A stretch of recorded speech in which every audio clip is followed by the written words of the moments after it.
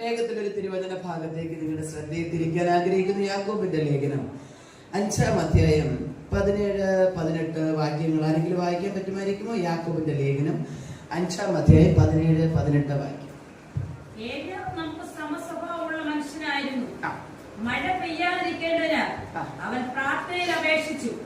3 സംവത്സരവും 6 മാസവും ദേശത്ത് മഴ പെയ്തില്ല. അവൻ വീണ്ടും പ്രാർത്ഥിച്ചപ്പോൾ ആകാശത്തു നിന്ന് മഴ പെയ്തു, ഭൂമിയിൽ ധാന്യം വിളഞ്ഞു. വായിച്ചു കേട്ടോ എല്ലാവരും? ഇങ്ങോട്ട് നോക്കിയേ, ഞാൻ ഒരിക്കൽ കൂടെ പറയാം. ബൈബിളിലോട്ട് നോക്കിയിരിക്കുന്നതിനെക്കാട്ടും നല്ല ഞാൻ ഒരിക്കൽ കൂടെ പറയാം. വാക്യം വായിച്ചത് ഇങ്ങനെയാണ്: ഏലിയാവ് നമുക്ക് സമസ്വഭാവമുള്ള മനുഷ്യൻ, മഴ പെയ്യാതിരിക്കേണ്ടതിന് അവൻ യഹോവയോട് പ്രാർത്ഥിച്ചു. 3 സംവത്സരവും 6 മാസവും മഴ പെയ്തില്ല. അവൻ വീണ്ടും പ്രാർത്ഥിച്ചപ്പോൾ ആകാശത്ത് നിന്ന് മഴ പെയ്തു, ധാന്യങ്ങൾ വിളഞ്ഞു. നമ്മൾ വായിച്ച വാക്യം അതാ. ഇനി എല്ലാവരും എന്റെ മുഖത്തോട്ട് നോക്കണം.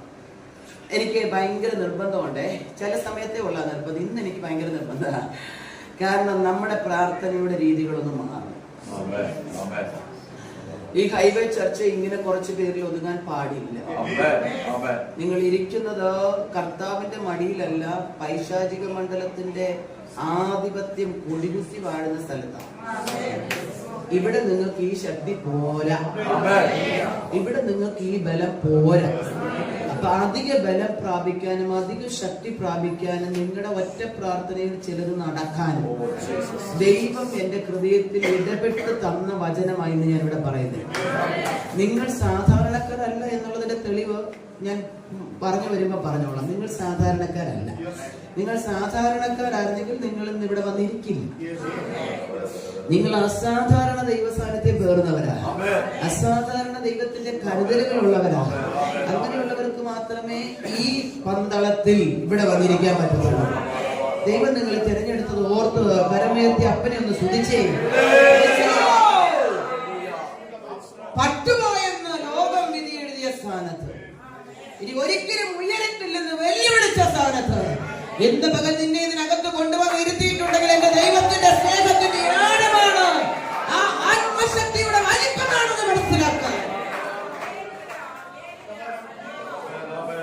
സ്തുതിക്കണം കേട്ടോ, ശബ്ദത്തിൽ കർത്താവിനെ സ്തുതിക്കണം. കരമടികൾ തോന്നിയ കരമടിച്ചോണം, എഴുന്നേറ്റ് ആരാധിക്കാൻ തോന്നിയ ആരാധിച്ചോണം. ചില മണ്ഡലങ്ങളിൽ നിന്ന് സ്വർഗം പൊട്ടിക്കും, ചില മേഖലകൾ ദൈവത്തിന്റെ വിടുതലായിരിക്കും. തരത്തിൽ നിന്ന് വെല്ലുവിളിക്കുന്ന, മുന്നോട്ട് വിടത്തില്ലെന്ന് വെല്ലുവിളിക്കുന്ന, നിന്നെ ഒതുക്കിക്കളയുമെന്ന് വാദിക്കുന്ന, നിന്നെ മുന്നോട്ട് വിടത്തില്ലെന്ന്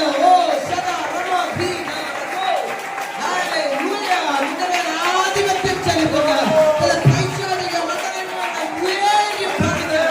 ആത്മാവിൽ പരിശുദ്ധാത്മാവ് നിന്നെ കരം പിടിക്കുന്ന പകലുന്ന ഭൂതമായി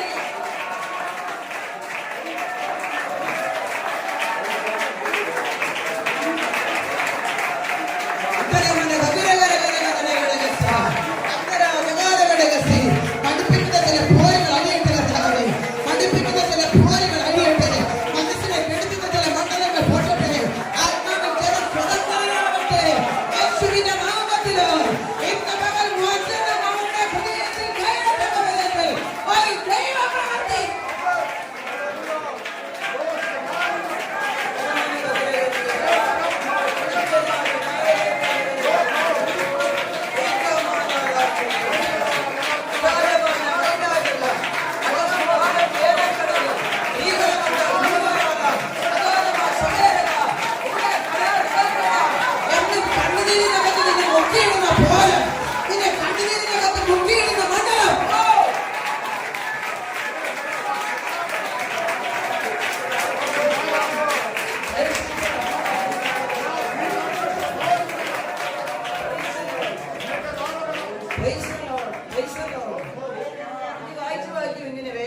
സമയം എന്റെ മുമ്പിൽ അധികമില്ല. ഏലിയാവ് നമുക്ക് സമസ്വഭാവമുള്ള മനുഷ്യനാണ്. ചിതറിപ്പാർക്കുന്ന 12 ഗോത്രത്തിന് വേണ്ടി എഴുതിയ ലേഖനമാണ് ഈ യാക്കോബിന്റെ ലേഖനം. അപ്പോസ്തലന്മാരെല്ലാം ലേഖനം എഴുതി, അതെല്ലാം അവരുടെ പേരിലാണ് എഴുതിയത്. എബ്രായ ലേഖനം മാത്രമേ ഉള്ളൂ സ്വന്തം പേരിൽ അപ്പോസ്തലനായ പൗലോസ് എഴുതാറുള്ളൂ. ബാക്കി എല്ലാ ലേഖനങ്ങളും അവരവരുടെ പേര്. പത്രോസ് എഴുതിയ ലേഖനം പത്രോസിന്റെ ലേഖനം, യാക്കോബ് എഴുതിയ ലേഖനം യാക്കോബിന്റെ ലേഖനം, യൂദ എഴുതിയ ലേഖനം യൂദയുടെ ലേഖനം, അല്ലേ? അങ്ങനല്ലേ? യോഹന്നാൻ എഴുതിയ ലേഖനം യോഹന്നാന്റെ ലേഖനം. ആരെഴുതിയോ അവരുടെ പേരിലാണ് ലേഖനങ്ങൾ അറിയപ്പെടുന്നത്. ഇവിടെ യേശുവിന്റെ ശിഷ്യനായ യാക്കോബ് എഴുതിയ ലേഖനമായ യാക്കോബിന്റെ ലേഖനം താൻ എഴുതിയപ്പോ 12 ചിതറിപ്പാർക്കുന്ന ഗോത്രത്തിന് വേണ്ടി, 12 യഹൂദ ഗോത്രത്തിന് വേണ്ടി എഴുതി. അതൊന്നും അല്ല നമ്മുടെ വിഷയമെങ്കിലും മുഖപുര പറഞ്ഞ കൂട്ടത്തിൽ ഞാനൊന്ന് പറഞ്ഞതേ ഉള്ളൂ. 12 ഗോത്രം എന്ന് പറഞ്ഞാൽ ഈ അഖിലാണ്ടത്തെ മുഴുവൻ അടക്കി ഭരിക്കുന്ന സകല മാനവജാതിക്കും വേണ്ടി എഴുതിയത്. ഒറ്റ വാക്യം പറയാം. ഓക്കെ, വാക്യം ഇങ്ങനെയാ. ഏലിയാവ് നമുക്ക് സമസ്വഭാവമുള്ള മനുഷ്യൻ. സമസ്വഭാവമുള്ള മനുഷ്യൻ എന്ന് പറഞ്ഞാൽ ഇത് നമ്മൾ മലയാളികളല്ലേ. ഈക്വൽ ക്യാരക്ടർ ഉടമ എന്ന് പറഞ്ഞാൽ ആൻസിപോലോസ് സമം ഏലിയാവ്. ഓരോരുത്തരുടെയും പേര് സമം ഏലിയാവ് എന്ന് പറഞ്ഞാൽ നമ്മളെ പോലെ വികാര വിചാരങ്ങളുള്ള, വിശപ്പ് ദാഹങ്ങളുള്ള, കോപം ക്രോധങ്ങളുള്ള ഒരു മനുഷ്യനായിരുന്നു ഏലിയാവ്. ഇഷ്ടപ്പെട്ടില്ലേ? ഇഷ്ടപ്പെടണം, പെട്ടേ പറ്റത്തുള്ളൂ. വിശപ്പുണ്ടായിരുന്നു. അതുകൊണ്ടാണ് പറഞ്ഞത് കാക്കയെ കൊണ്ട് നിന്നെ പോഷിപ്പിക്കാൻ ഞാൻ പറഞ്ഞിട്ടുണ്ട്. 2 സാറാപ്തിലെ വിധവയെ കൊണ്ട് നിന്റെ വിശപ്പടക്കാനുള്ള സംഗതി ഞാൻ ഒരുക്കിയിട്ടുണ്ടെന്ന് ആരോട് പറഞ്ഞത്? ഏലിയാവിനോട് പറഞ്ഞത്. ദാഹമില്ലേ? ഉണ്ട്. കെരീത്ത് തോട്ടിൽ നിന്ന് കുടിച്ചോളാൻ പറഞ്ഞു. സാറാപ്തിലെ വിധവയോട് ആദ്യം ചോദിച്ചത് വെള്ളം, എനിക്ക് ഇച്ചിരി വെള്ളം ഉണ്ട്. അപ്പൊ ദാഹമുണ്ട്. ദേഷ്യമില്ലേ? ഉണ്ട്. 850 പേരെ കീശോ തോട്ടിനെ വെച്ച് ദേഷ്യമില്ലാഞ്ഞിട്ടാണോ? പരിഹസിക്കത്തില്ലേ? പരിഹസിക്കുന്നേ. ബാലിന്റെ പ്രവാചകന്മാർ എഴുന്നേറ്റ് നിന്ന് കാളയെ സെലക്ട് ചെയ്ത് തന്നെ പിന്നെ വെട്ടിയും ദേഹത്ത് മുറി വേൽപ്പിച്ചു കിടന്ന് ആരെ അവരുടെ ദൈവത്തെ വിളിച്ചപ്പോ ഏരിയ വരുന്നവരെ വിളിക്കേ. ഒറ്റയ്ക്കൊരു പാറപ്പുറത്തിരുന്നൊരുത്തൻ ഒരു കല്ലെടുത്തിരുന്ന് അതിലൊരുത്തൻ 850 പേര് ഓപ്പോസിറ്റ് സൈഡില് ആക്കാബ് നിൽക്കുകയാണ്. രാജാവ്, ശമരിയുടെ രാജാവ്. 850 പേര് തലത്താൽ മുറിവേൽപ്പിക്കുന്നു, പരസ്പരം മുറിവേൽപ്പിക്കുന്നു, ഉറക്ക വിളിക്കുന്നു. എന്നിട്ടൊന്നും അവരുടെ ദൈവം പ്രത്യക്ഷപ്പെടായികയാൽ പാറപ്പുറത്തിരുന്ന് എന്റെ ഭാഷ പറഞ്ഞ അപ്പച്ചന്മാര് കാലിലൊക്കെ അടിച്ചടിച്ച് ഇങ്ങനെ വർത്താനം പറയുന്നതുപോലെ കാലിലൊക്കെ തട്ടിയില്ലേ ഒരു ആ പുള്ളി ഉറങ്ങുക, എഴുന്നേപ്പിക്കുക, പുള്ളി വിളിക്കുപോയിക്കുക, വിളിച്ചോണ്ട് വാ. അപ്പൊ പരിഹസിക്കാൻ അറിയത്തില്ലേ? അറിയാമെന്ന്. അതുകൊണ്ടൊക്കെയാ പറഞ്ഞത് സമസ്വഭാവമുള്ള മനുഷ്യനാണ്. സമസ്വഭാവമുള്ള മനുഷ്യൻ. ഇനി നിരാശപ്പെടത്തില്ലേ? നിരാശപ്പെടും. ഞാൻ എന്റെ പിതാക്കന്മാരെക്കാൾ ഒട്ടും നല്ലവനല്ലോ എന്ന് പറഞ്ഞ് ചോരച്ചിയുടെ തണലിരുന്ന് മരിപ്പാൻ ആഗ്രഹിച്ചില്ലേ? നമ്മൾ എത്ര പേര് ഇതിനകത്തിരിക്കുന്ന പലരെ നോക്കി ദൈവം ശക്തമായിട്ട് ഇടപെടുക, മരിച്ചാൽ മതിയെന്ന് ആഗ്രഹിച്ച അതിനകത്തു നിന്ന് ക്രിസ്തു കരം പിടിച്ച് പുറത്തെടുത്ത ചിലതിനകത്തിരിക്കുന്നു. ദൈവത്തിന്റെ ആത്മാവ് വ്യക്തമായി ഇടപെടുന്നത് കൊണ്ട് നിന്നെ ഇതിനകത്ത് കൊണ്ടുവന്നതിന്റെ പേരിൽ എന്റെ ദൈവത്തിനൊരു ഉദ്ദേശമുണ്ട്. നീ തീർന്നാൽ മതി എന്ന് ചിന്തിച്ചപ്പോ എന്റെ ദൈവം തുടങ്ങാൻ ആഗ്രഹിക്കുക. ഇന്ന് നീ വില്ലിങ്ങായ, ഇന്ന് നീ സമ്മതിച്ചാൽ, ഇന്ന് നീ സമർപ്പിച്ചു കൊടുത്താൽ ഇന്നു മുതൽ നിന്നിലൂടെ തുടങ്ങും പരിപാടി. എന്റെ അപ്പനത് ചെയ്യാൻ വിശ്വസ്തന ആരും ഇവിടെ വന്നിട്ടുണ്ട്. നാളെ ചെയ്യുമെന്ന് ഏലിയാവ് നമുക്ക് സമസ്വഭാവമുള്ള മനുഷ്യനാണ്. ഈക്വൽ ക്യാരക്ടറാണ്. ഒരു കാര്യത്തിൽ ഒഴികെ. അതുവരെ നിങ്ങളെല്ലാരും ബൈബിളിനകത്ത് ഒരു കാര്യം പോലും ഇല്ല, സമൂഹം എന്ന് പറഞ്ഞിട്ട് ഈ ആന്റി എന്താ ഇങ്ങനെ പറയുന്നു ഓർക്കരുത്. ലൈവിൽ കാണുന്നവരെന്നെ വിമർശിക്കുകയും ചെയ്യരുത്. ഏലിയാവ് ചെയ്ത പല കാര്യങ്ങളും നമുക്ക് ചെയ്യാൻ പറ്റാറില്ല. കാരണം ആ ഒരു കാര്യം ഒഴികെ നമ്മൾ ഏലിയാവിന് സമരല്ല. ഒറ്റ പ്രാർത്ഥനയില് 30 സെക്കൻഡ് ഉള്ള ഒറ്റ പ്രാർത്ഥനയിൽ ആകാശത്ത് നിന്ന് തീ ഇറക്കി ഏലിയാവോ. നമ്മളെ കൊണ്ട് പറ്റുമോ? അതാ പറഞ്ഞ പറ്റത്തില്ല. വിമർശിച്ചിട്ട് കാര്യമൊന്നുമില്ല. സോഷ്യൽ മീഡിയയുടെ അതിപ്രസര നിമിത്തം ആരെ കൈ കിട്ടിയാലും വിഴുങ്ങാനിരിക്കുക. I don't care. എനിവേ, ദൈവത്തിന്റെ ആത്മാവ് കൃത്യമായി സംസാരിക്കുന്ന ദൂതുകളെ ഞാൻ വ്യക്തമായി വെളിപ്പെടുത്തിയിട്ട് ഞാൻ പോകത്തുള്ളൂ. എനിക്കതിനകത്ത് സങ്കടമില്ല. അപ്പൊ ഈ ഒരു പ്രാർത്ഥന എന്ന വിഷയത്തിൽ ഒഴികെ ഏലിയാവ് നമുക്ക് സമസ്വഭാവമുള്ള മനുഷ്യനാണ്. എന്തായിരുന്നു ഏലിയാവിന്റെ പ്രാർത്ഥന? ഏലിയാവ് മണിക്കൂറുകളോളം ഇരുന്ന് പ്രാർത്ഥിച്ചതായിട്ട് എവിടെയെങ്കിലും ഉണ്ടോ? ഇല്ല. എവിടെയെങ്കിലും കാണുന്നുണ്ടോ നിങ്ങൾ മണിക്കൂറുകളോളം ഇരുന്ന് പ്രാർത്ഥിച്ചതായിട്ട്? ഇല്ല, കാണുന്നില്ല. ഏലിയാവിന്റെ പ്രാർത്ഥന എന്തായിരുന്നു? ഒറ്റ വാക്കിൽ ഞാൻ എന്റെ ഡെഫിനിഷൻ നിങ്ങൾക്ക് തരാം. ഏലിയാവിന്റെ പ്രാർത്ഥന അവന്റെ ജീവിതമായിരുന്നു. ഏലിയാവിന്റെ പ്രാർത്ഥന എന്തായിരുന്നു? ഏലിയാവിന്റെ പ്രാർത്ഥന അനുസരണമായിരുന്നു. ഏലിയാവിന്റെ പ്രാർത്ഥന സമർപ്പണമായിരുന്നു. ഈ 3 കാര്യം മാത്രം പറഞ്ഞ് ഞാൻ നിർത്തുക. കാരണം അതിനെക്കുറിച്ച് എനിക്ക് വിശദീകരിക്കേണ്ടതുള്ളത് കൊണ്ടാണ് പറയുന്നത്. ഏലിയാവിന്റെ പ്രാർത്ഥന ജീവിതമായിരുന്നു. ഒറ്റ വാക്കിൽ പറഞ്ഞാൽ പ്രാർത്ഥനയായിരുന്നു ഏലിയാവിന്റെ ജീവിതം. ഒന്ന് രാജാക്കന്മാരുടെ പുസ്തകം എടുക്കട്ടെ, ഞാൻ പറഞ്ഞു പോകാം, നിങ്ങൾക്ക് എല്ലാവർക്കും സുപരിചിതമായിട്ട് അറിയാവുന്ന വേദം. ഒന്ന് രാജാക്കന്മാരുടെ പുസ്തകം 17-ാം അധ്യായത്തില് തിശ്ബിയിൽ നിന്നുള്ള തിശ്ബ്യനായ ഏലിയാവ്. അതിനപ്പുറത്തേക്ക് അദ്ദേഹത്തിന്റെ ഡീറ്റെയിൽസും കുടുംബ പശ്ചാത്തലവും നമുക്കറിയത്തില്ല. പുതിയ നിയമത്തിൽ എടുത്തുദ്ധരിക്കപ്പെട്ട 2 പഴയ നിയമ ഭക്തന്മാരുടെ കൂട്ടത്തിൽ ഏലിയാവിന്റെ പേരുണ്ട്. മോശ, ഏലിയാവ്. മോശേനെ കർത്താവ് അടക്കിയത്. ഇന്ന് വരെ എവിടെ അടക്കിയെന്ന് അറിയത്തില്ല. ഏലിയാവിനെ അടക്കി പോലുമില്ല, ജീവനോടെ കൊണ്ടുപോയി. ഇവര് 2 പേരുമാണ് മറുരൂപ മലയിൽ വെച്ച് കർത്താവിനോടൊപ്പം പ്രത്യക്ഷപ്പെട്ടതെന്ന പത്രോസ് പറയുന്നത്. മോശയും ഏലിയാവും അവനോട് സംഭാഷിക്കുന്നതായി തോന്നി.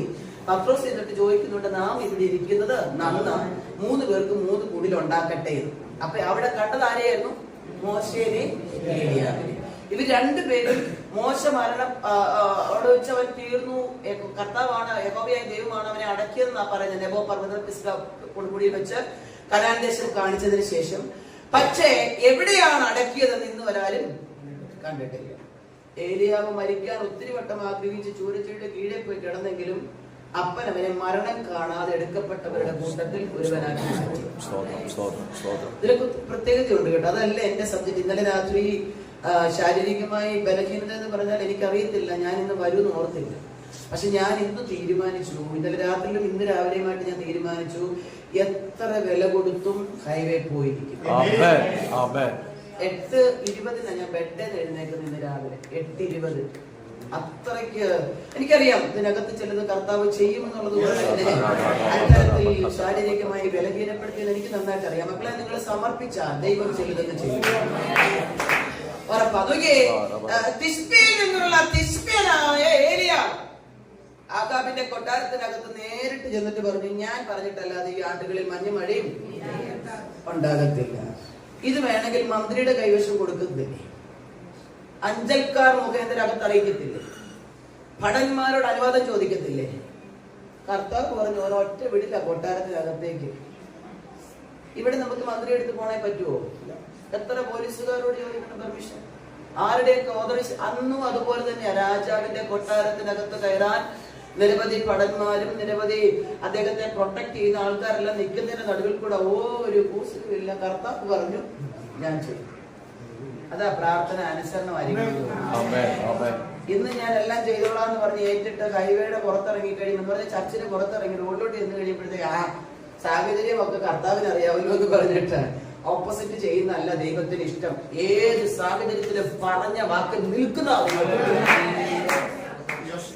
അങ്ങനെ നിന്നാൽ കർത്താവ് പ്രൊട്ടക്ട് ചെയ്തു. ചെന്ന് പറഞ്ഞു, പറഞ്ഞിട്ട് പുറത്തിറങ്ങി വന്നു ഉടനെ യഹോവയായ ദൈവം അവനോട് പറഞ്ഞു, നീ ഒരു കാര്യം എന്തായാലും നീ പറഞ്ഞു, ഞാൻ പറഞ്ഞത് നീ അതുപോലെ ചെന്ന് പറഞ്ഞു. ഇനിയിപ്പോ ദേശത്ത് ക്ഷാമം വരാൻ പോവാ. നീ ചെന്ന് കെരീത്ത് തോട്ടിനരികെ ഓടിച്ചിരിക്കുക. നിന്നെ പോറ്റാൻ ഞാൻ കാക്കയോട് പറഞ്ഞിട്ടുണ്ട്. നമ്മളാണെങ്കിൽ ഒരു കാക്കയുടെ ചൂണ്ടി കൊണ്ടുവരുന്നത് കഴിച്ച് ഞാൻ എങ്ങനെ?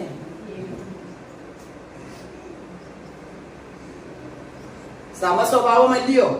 അപ്പൊ നിങ്ങൾ പ്രതികരിക്കും. നിങ്ങൾ എന്തായിരിക്കും പറയുന്നത്? അല്ലെങ്കിൽ പറഞ്ഞേ മതി.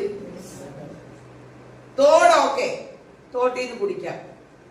ആൾക്കാരെല്ലാം മറ്റു പല കാര്യങ്ങൾക്ക് ഉപയോഗിക്കുന്ന തോടാണെങ്കിൽ ഉറവിന്റെ അടുത്തെങ്കിലും അല്പം ശുദ്ധജലം കാണും, കുടിക്കാതിരിക്കട്ടെ. അപ്പം ഇറച്ചി ഒരു കാക്കയുടെ ചുണ്ടത്ത് കൊള്ളുന്നത്. പക്ഷെ അനങ്ങില്ല കേട്ടോ, അനങ്ങില്ല മനുഷ്യൻ. ആ മനുഷ്യൻ യഹോവ പറഞ്ഞതുപോലെ കെരീത്ത് തോട്ടിനരികെ ചെന്ന് ഒളിച്ചിരുന്നു. രാവിലെയും വൈകിട്ട് കാക്ക വരും, നല്ല അപ്പം ഇറച്ചിയും കൊണ്ടുവരും. മോശമല്ല, എല്ലാവരും ടേസ്റ്റി ആയിട്ടുള്ള അപ്പം ഇറച്ചിയും കൊണ്ടുവരും. പുള്ളി അത് കഴിക്കും, കെരീത്ത് തോട്ടിൽ നിന്ന് കുടിക്കും. ഇങ്ങനെ പോവുകയാണ്. ഞാൻ നിങ്ങളോട് ചോദിക്കട്ടെ, 3 സംവത്സരവും 6 മാസവും മഴ പെയ്തില്ല. അപ്പൊ കെരീത്ത് തോട്ടിലെ വെള്ളം കൂടുവോ കുറയുവോ? ഇന്ന് പോയി കെരീത്ത് തോട്ടിൽ നിന്ന് കുടിച്ചു. നാളെ നേരം വെളുക്കുമ്പോ കുടിക്കാൻ ചെല്ലുമ്പോ 1 അടി കുറഞ്ഞു. സമസ്വഭാവമുള്ളവർ എന്ത് പറയും?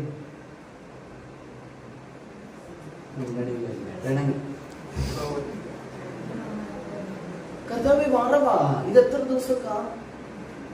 നീ പറഞ്ഞിട്ടല്ലേ ഞാൻ ചെന്ന് പറഞ്ഞു. പിറ്റേ ദിവസം ചെല്ലുമ്പോ അതിലും കുറഞ്ഞു, പിന്നെയും കുറഞ്ഞു, വീണ്ടും കുറഞ്ഞു. പക്ഷെ പ്രാർത്ഥന മനുഷ്യർ ഒരു ഗുരു.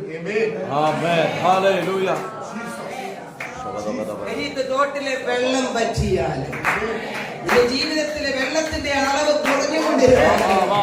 നിന്നെ പോഷിപ്പിക്കാൻ ദൈവത്തിന്റെ പരിശുദ്ധാത്മാവ് ഒരുക്കിയ നദിയിലെ വെള്ളം പറ്റിയാൽ നീ ഭാരപ്പെടരുത്. അടുത്ത് ഒരുക്കി കഴിഞ്ഞു നിനക്ക് വേണ്ടി. നിന്റെ മകൾ വിശ്വാസമുണ്ടെങ്കിൽ കരങ്ങളെ ചേർത്തടിച്ച് പ്രാപിച്ച അഭിഷേകത്തിന് നിനക്ക് ദൈവത്തോട് അബദ്ധപ്പെടരുത്. ഒരു പ്രാർത്ഥന മനുഷ്യന്റെ ജീവിതത്തിൽ അവന്റെ ഇഷ്ടമനുസരിച്ചുള്ള ആരാധന, അവന്റെ മനമനുസരിച്ചുള്ള ആരാധന, കുറവിന്റെ മുമ്പിലും ആരാധിക്കുന്ന ദൈവത്തിന്റെ വചനം.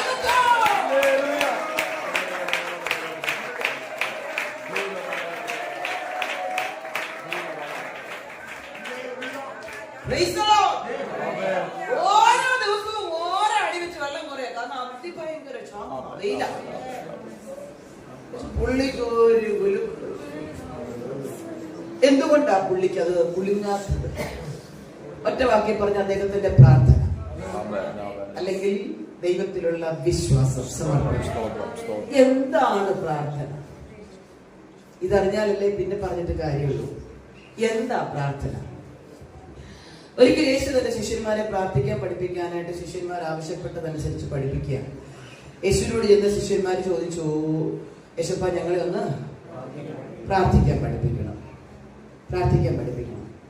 പ്രാർത്ഥിക്കാൻ പഠിപ്പിക്കാൻ പറഞ്ഞപ്പോൾ യേശുപ്പച്ച പറഞ്ഞു, പഠിപ്പിക്കാം, ബാ ഇരുന്നേ. 12 പേരും ഇരുന്നു. ക്രൂശീകരിക്കപ്പെടുന്നതിന് മുമ്പൊക്കെയാണ്. 12 പേരും ഇരുന്നു, യൂദ ഉൾപ്പെടെ 12 പേര് വരുന്നു. നിങ്ങൾ പറയണം കേട്ടോ, ഞാൻ ഭയങ്കര വലിയ ആളെന്നല്ല. ഞാൻ നിങ്ങളെക്കാൾ ഒത്തിരി ഒത്തിരി ഒത്തിരി എന്താ പറയുക, എളിയവളാണ്. അത് വാക്കുകളിൽ പറയുകയല്ല, എൻ്റെ ഹൃദയം കൊണ്ടും അങ്ങനെ തന്നെ. അതുകൊണ്ട് നിങ്ങൾ പ്രതികരിക്കണം. അതുകൊണ്ട് വലിയ ജീവിയെ കാണുന്ന പോലെ എന്നെ കാണല്ല, പ്ലീസ്. അപ്പോ യൂദ ഉൾപ്പെടെയുള്ള 12 ശിഷ്യന്മാർ യേശുവിനോട് പ്രാർത്ഥിക്കാൻ പഠിപ്പിക്കാൻ പറഞ്ഞപ്പോൾ യേശുവിനെ പറഞ്ഞു, വാ വാ വാ വാ, കമൺ, ഇരിക്കും എല്ലാവരും ഇരുന്നേ, ഞാൻ പഠിപ്പിക്കാം. കർത്താവ് പ്രാർത്ഥിക്കാൻ പഠിപ്പിക്കുക. പ്രാർത്ഥിക്കാൻ പഠിപ്പിക്കുന്നതിന്റെ സെന്റൻസ്, ആദ്യത്തെ സെന്റൻസ് പറയുന്നത് സ്വർഗസ്ഥനായ ആരുടെ പിതാവ്? അവിടെ നമുക്ക് മിസ്റ്റേക്ക്. നമ്മൾ എന്തെപ്പോഴെങ്കിലും പറഞ്ഞിട്ടുണ്ടല്ലോ, എന്റെ അപ്പനാ. പറഞ്ഞിട്ടുണ്ടോ? പറഞ്ഞ രക്ഷപ്പെട്ടു. പറഞ്ഞ നമ്മുടെ ഒഫീഷ്യൽ ടോക്കിംഗ് കർത്താവ് വേണ്ട. നമ്മൾ ഭയങ്കര ഫോർമൽ ആവുക. യെസ് ലോർഡ്, യെസ് ലോർഡ് ഒക്കെ തന്നെയാ. പക്ഷെ മൈ ലോർഡ് എന്ന് പറയാത്തല്ലോ. ഓരോ മൈലോട് പറയുമ്പോഴും അപ്പൻ ഇറങ്ങി അടുത്ത് വരും. ഞാൻ അനുഭവിക്കുന്നത് കൊണ്ടാ പറഞ്ഞത്. എന്റെ അപ്പയെ എന്നാ ഞാൻ വിളിക്കുന്നത്. അപ്പ എനിക്ക് ഫീൽ ചെയ്യും എന്റെ അപ്പ. ഞാൻ ആ സാന്നിധ്യം ഒത്തിരി അനുഭവിക്കുന്നത് കൊണ്ടാ പറയുന്നത്. മക്കളെ, ഏത് സാഹചര്യത്തിൽ വിളിച്ചോണം എന്റെ അപ്പ. അപ്പനുമായിട്ടുള്ള ബന്ധത്തില് നമ്മൾ പൊസസീവ് ആയിരിക്കണം. ഭാര്യ മറ്റൊരാളോട് വേണ്ടിയത് കൊണ്ടോ ഭർത്താവ് മറ്റൊരാളോട് വേണ്ടിയത് കൊണ്ടൊന്നും അല്ല പൊസസീവ് ആകേണ്ടത്. അപ്പനുമായിട്ടുള്ള ബന്ധത്തിലാണ്. അവിടെയാ ആ ബന്ധത്തിൽ നിങ്ങൾ പൊസസീവ് ആയാൽ കുടുംബത്തിലെ കാര്യം ഭർത്താവ്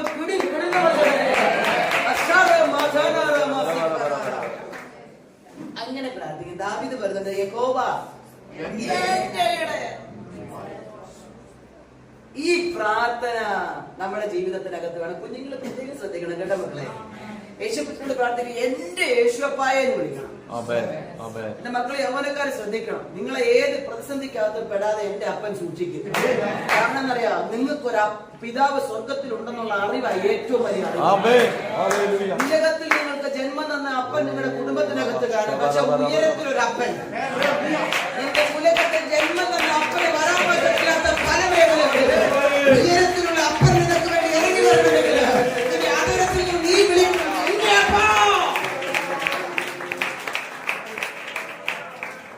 ഞങ്ങളുടെ വീട്ടിൽ എന്റെ മക്കളുടെ 2 പേരുടെയും പിതാവ്, എന്റെ ഹസ്ബൻഡ് ഈ ഭൂമിയിൽ നിന്ന് മാറ്റപ്പെട്ടു.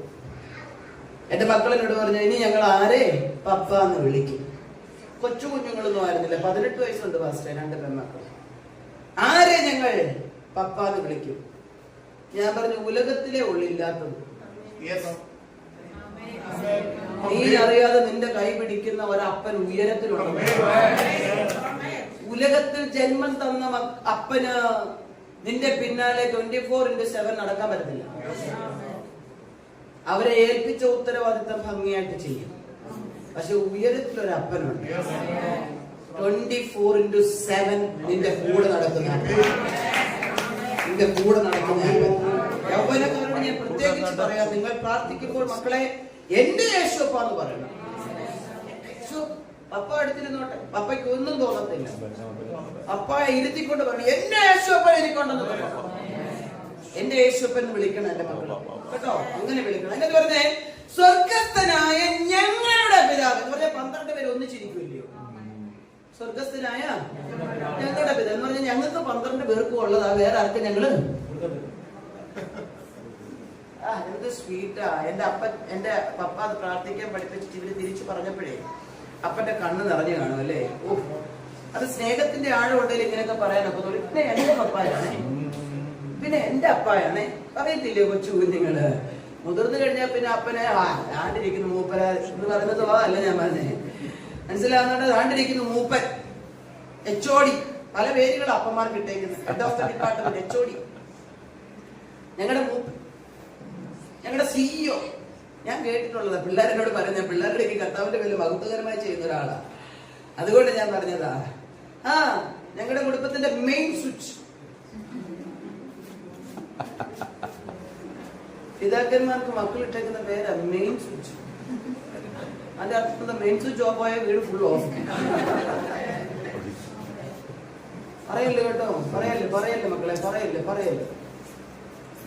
സ്വർഗസ്ഥനായ ഞങ്ങളുടെ പിതാവേ. അടുത്ത സെന്റൻസ് നോക്കിയേ, നിന്റെ നാമം വിശുദ്ധീകരിക്കപ്പെടണം, നിന്റെ രാജ്യം, നിന്റെ ഇഷ്ടം സ്വർഗത്തിലെ. ഇതാ ദൈവം ആഗ്രഹിച്ച പ്രാർത്ഥന യഥാർത്ഥത്തിൽ. അതിനെക്കുറിച്ച് ഇച്ചിരി ഒന്ന് വിശദീകരിച്ചിട്ട് ഞാൻ മുന്നോട്ട് പോകാം. സ്വർഗസ്ഥനായ ഞങ്ങളുടെ പിതാവ്, നിങ്ങൾ ആ പ്രാർത്ഥന 24 മണിക്കൂർ ചൊല്ലാൻ പറയല്ല, ചൊല്ലുന്നവർ കൊണ്ട് ഇതിന്റെ വാല്യൂ അറിയത്തുമില്ല. ഈ റോമൻ കാത്തലിക് ബാക്ക്ഗ്രൗണ്ടിൽ ജനിച്ചു വളർത്തപ്പെട്ട ആളാണ് ഞാൻ ആരെയും വിമർശിച്ച് പറയുകയല്ല. കർത്താവിനെ അറിയുന്ന കാലം വരെ എന്റെ അമ്മയും എന്റെ അപ്പനും ഞാനും എന്റെ കുടുംബക്കാരും മുഴുവനും ഈ പ്രാർത്ഥന ചൊല്ലി. പക്ഷെ ഇന്നും വരെ അതിന്റെ അർത്ഥം അറിയത്തില്ല. അറിഞ്ഞാൽ പറയാൻ പേടിയാണ്. അപ്പൊ നിന്റെ നാമം വിശുദ്ധീകരിക്കപ്പെടണം. എവിടെയാ? ഭൂമി. എങ്ങനെയാ ദൈവത്തിന്റെ നാമം വിശുദ്ധീകരിക്കപ്പെടുന്നത്? ഏതെങ്കിലും ഇൻസിഡന്റ് സഭയ്ക്കകത്തുണ്ടായാൽ നമ്മൾ പറയും ദൈവത്തിന്റെ നാമം കറക്റ്റ്. ആരാ പറഞ്ഞത്? ദൈവത്തിന്റെ നാമം ദുഷിപ്പിക്കരുത് എന്ന് നമ്മൾ ആരോട് പറയും? ദൈവത്തിൽ കൽപ്പനയ്ക്ക് വിരോധമായി നിന്നവരോട് പറയും അല്ലേ. അപ്പൊ പിന്നെ ദൈവത്തിന്റെ നാമം വിശുദ്ധീകരിക്കപ്പെടേണ്ടത് ആരിലൂടെയാണ്?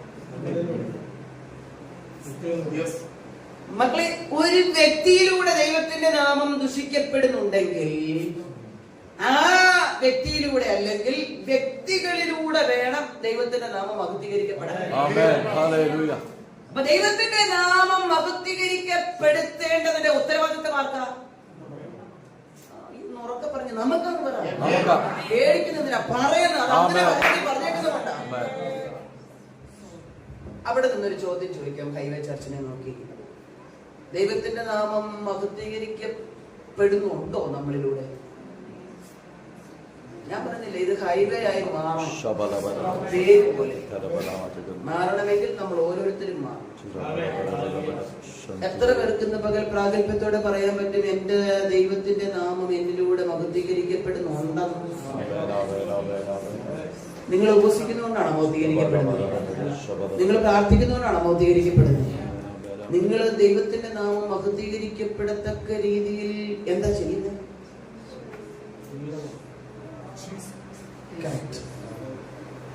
ആ പുള്ളിക്കാരിയെ കാണണം, അവരുടെ പ്രാർത്ഥനയുണ്ട്. അപ്പൊ ആരും കോളർ പിടിച്ചിട്ടു? എന്റെ അപ്പൻ കോളർ പിടിച്ചു. ആ ബ്രദർ ഒറ്റ പ്രാർത്ഥന പ്രാർത്ഥിച്ചാൽ മതി, എന്റെ യേശുപ്പച്ചനെ ഇറങ്ങി വരും എന്ന് നമ്മളെ നോക്കി ലോകം പറയുമ്പോ ആര് കോളർ പിടിച്ചിട്ടു? എന്നും പ്രാർത്ഥനയ്ക്ക് വായി വരുന്നൊന്ന് കേൾക്കണം. ആര് ദുഷിക്കപ്പെട്ടു? മനസ്സിലാകുന്നുണ്ടോ ഞാൻ പറയുന്നത്? കണ്ണുനീരോടെ അപ്പനോട് പറയണം, ഞാൻ നിമിത്തം അങ്ങയുടെ നാമം പല ഊര് ദൂഷിക്കപ്പെട്ടിട്ടുണ്ട്. നാമം ഉയർത്തേണ്ടതിന് പകരം, മഹത്വപ്പെടേണ്ടതിന് പകരം എന്റെ സംസാരം കൊണ്ട്, പ്രവൃത്തി കൊണ്ട് പല പ്രാവശ്യം അങ്ങയുടെ നാമത്തിന് കേട് വന്നിട്ടുണ്ട്. അപ്പാ, ഞാൻ ഇന്ന് പകൽ മടങ്ങി വരികയാണ്. ഞാൻ അങ്ങയുടെ നാമം വിശുദ്ധീകരിക്കപ്പെടാൻ, അങ്ങയുടെ നാമം ഉയർത്തപ്പെടാൻ അങ്ങ് തെരഞ്ഞെടുത്ത വ്യക്തി എന്ന നിലയിൽ ഇന്ന് പകൽ ഞാൻ എന്നെ തന്നെ സമർപ്പിക്കുന്നു എന്ന് പറഞ്ഞ് ഒരു പുത്തൻ സമർപ്പണത്തിലേക്ക് ദൈവസഭ മടങ്ങി. മക്കളെ, ഇത് ചെയ്താലേ പ്രാർത്ഥന പൂർത്തിയാകത്തുള്ളൂ.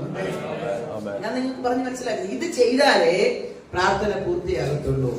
മണിക്കൂറുകൾ മുഴങ്കാലിൽ ഇരുന്നോ ഉപവസിച്ചോ പ്രാർത്ഥിക്കുന്നത് കൊണ്ടല്ല, നിങ്ങളുടെ ദൈവത്തിന്റെ നാമം നിങ്ങളിലൂടെ മഹത്വീകരിക്കപ്പെടുമ്പോൾ നിങ്ങളുടെ പ്രാർത്ഥന പ്രാർത്ഥനയായി മാറുകയാണ്. ഇതാ ഏലിയാവ് ചെയ്തത്. ആ സ്ത്രീ പറയുന്നുണ്ട്, സാരാഫിലെ വിധവ പറഞ്ഞു, നീ ഒരു ദൈവപുരുഷൻ. ആരെങ്കിലും പറഞ്ഞു കൊടുത്തിട്ട് പറഞ്ഞോ? അല്ലെന്ന് പറഞ്ഞു കൊടുത്തിട്ട് പറഞ്ഞതല്ലെന്ന്. എലീശ ശൂന്യക്കാരത്തേക്ക് ഒരു മകനെ പ്രാർത്ഥിച്ച് ദൈവത്തിന്റെ കൃപയാൽ ഉണ്ടാകുവാനിടയെ ആ കുഞ്ഞ് മരിച്ചുപോയി. പക്ഷെ ഇത് മരിച്ചുപോയെന്ന് മനസ്സിലാക്കിയ ശൂന്യക്കാരത്തി ദൈവ പുരുഷന്റെ കട്ടിലിൽ കൊണ്ട് മരിച്ച ശവത്തെ കടത്തി. അർത്ഥമെന്താ?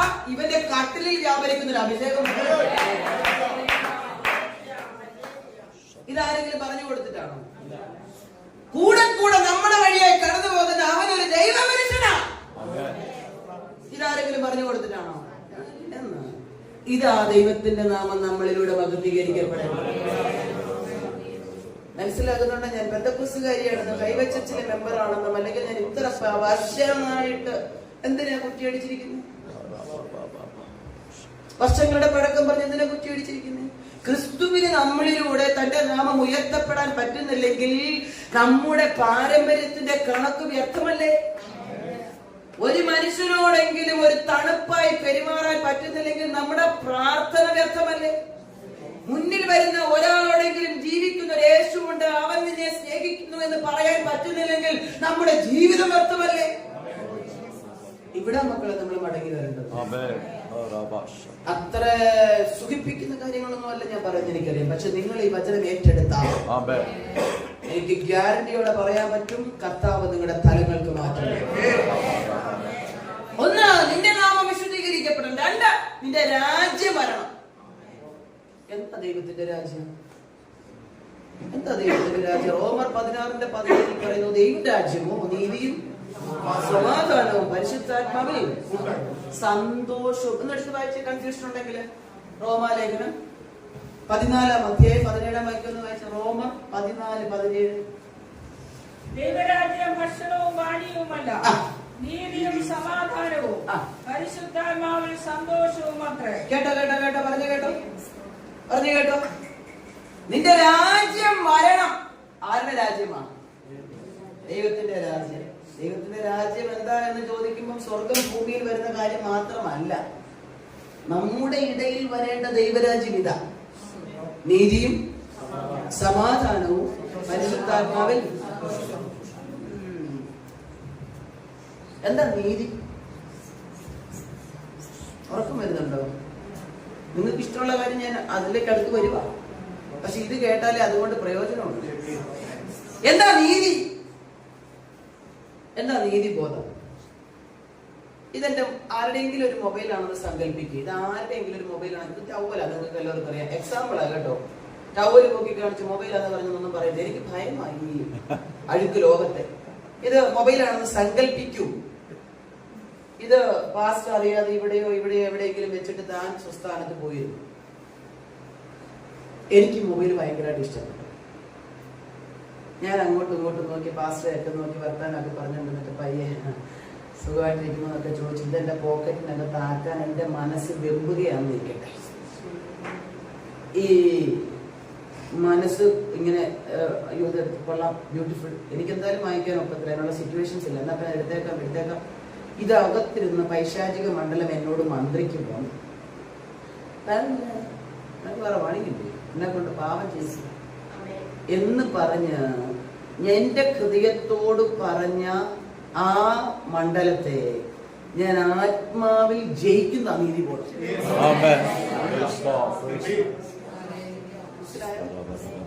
ഈ ഒരു സാധനം എടുക്കുന്ന കാര്യം മാത്രമല്ല, സംസാരിക്കുന്ന കാര്യം.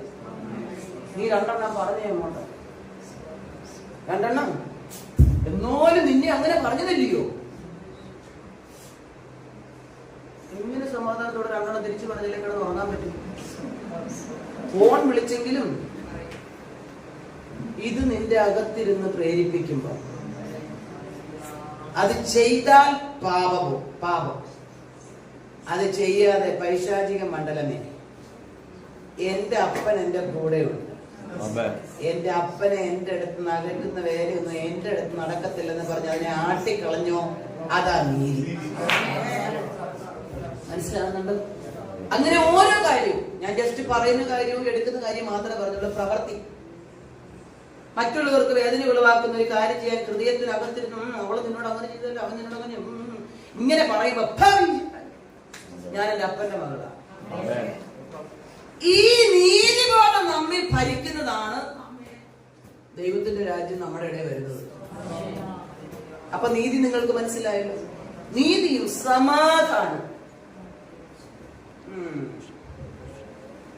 എന്തെങ്കിലും ഒരു വാക്ക് മുഷിഞ്ഞ് പറഞ്ഞ് നോക്കണം.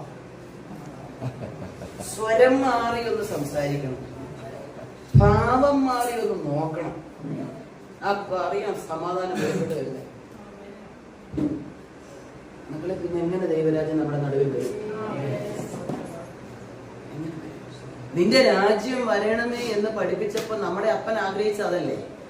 കർത്താവേ, എന്റെ കന്നത്തടിച്ചു, മുഖത്ത് കാർപ്പിച്ചു തുപ്പി, 2 കൈസരുടെ നാണയത്തൊട്ടുകൾ ചേർത്ത് പിടിച്ച് എന്റെ രോമകൂപങ്ങൾ മുഖത്തെ താടി വലിച്ചു പറിച്ചു, എന്റെ മുഖത്തവർ ആഞ്ഞടിച്ചു. 1x39 അടി ചൂണ്ടക്കൊളുത്തുകളും എല്ലിന്റെ കൂർത്തുമൂത്ത കഷ്ണങ്ങളും ഈയവും ചേർത്ത് വെച്ച്, ചൂണ്ടമുള്ളുകളും ഒക്കെ ചേർത്ത് വെച്ച് എന്റെ ശരീരത്തിൽ ആഞ്ഞടിച്ച് ഉഴവുചാല് പോലെ എന്റെ ശരീരം മുഴുവൻ കീറിയപ്പോഴും ഇവർ ചെയ്യുന്നത് എന്തെന്നറിയാൻ ഇവരോട് ക്ഷമിക്കണമേ എന്ന് പറഞ്ഞവനല്ലേ സമാധാനത്തിന്റെ പ്രഭു? നിന്റെ കണ്ണ് കെട്ടി കന്നത്തടിച്ചിട്ട് പ്രവചിക്കാൻ, നിന്നെ ആരാ അടിച്ചതെന്ന് പറയാൻ പ്രാണപ്രിയനെ എന്റെ ഭാഷ പറഞ്ഞ പുറഞ്ചമാരടിച്ചു. ഗഫതയുടെ കൽത്തളത്തിൽ വെച്ച് മാംസത്തുണ്ടുകൾ ചൂണ്ടക്കൊളുത്തുകൾ കൊണ്ട് വലിച്ചു പറിച്ചത് ആ കൽത്തളത്തിന്റെ ചുറ്റും കടന്ന് ജീവനുള്ള മാംസകഷ്ണം പിടയ്ക്കുകയാ. ഭാവനയിൽ കണ്ടു നോക്ക്. അസ്ഥി ഓരോന്നും കാണായി വന്നു, അവന്റെ അസ്ഥികൾ ഓരോന്നും കാണായി വന്നു. കണ്ടാൽ ആളല്ല എന്ന് തോന്നുമാറ് പ്രാണപ്രിയനെ അത്ര അതികഠിനമായി അവർ വേദനിച്ചപ്പോഴും ഒരക്ഷരം ഉരിയാടാതെ നിന്ന എന്റെ അപ്പനല്ലേ സമാധാനത്തിന്റെ പ്രഭു? അത് നമ്മളിൽ വരാനാകട്ടെ, അത് നമ്മളിൽ വാഴണം, അത് നമ്മുടെ അകത്തളത്തിൽ വരണം. അപ്പൻ കരയേറി പോകുന്നതിന് മുമ്പ് പറഞ്ഞൊരു വാക്കുണ്ട്, എന്റെ സമാധാനം. എന്താ എന്റെ സമാധാനം? തന്റെ ജീവിതത്തിൽ താൻ കാണിച്ചു തന്ന മാതൃകാപരമായ ജീവിതം എന്ന സമാധാനം ഞാൻ നിങ്ങൾക്ക് തന്നിച്ചു. ലോകം തരുന്നത് പോലെയല്ല ഞാൻ തരുന്നത്, എന്റെ സമാധാനമാ തരുന്നത്. ഇത് പ്രാപിച്ച നമ്മൾ ആ ചെറിയ വിഷയത്തിന്റെ മുഖത്ത് മനസ്സിലാവുന്നുണ്ടോ? ഇത് പ്രാപിച്ച് നമ്മൾ ആ ഒരു ചെറിയ വിഷയത്തിൽ ലോകം തിരിച്ചു വെക്കുന്ന പ്രശ്നം ഉണ്ടാക്കുന്നു. മക്കളെ, ദൈവരാജ്യം നമ്മുടെ നടുവിൽ വരണമെന്നാണ് ആഗ്രഹിക്കുന്നതെങ്കിൽ ചില മേഖലകളിൽ ഞാൻ എന്നെ തന്നെ കൊല്ലുവാൻ ആഗ്രഹിക്കുന്നത് പോലെ നമ്മുടെ അകത്തെ ജഡ മനുഷ്യനെ ഉരിഞ്ഞു കളഞ്ഞിട്ട് ആത്മാവിൽ പുതുക്കം പ്രാപിക്കണം. ഇതാ പ്രാർത്ഥന. ഇതാ പ്രാർത്ഥന.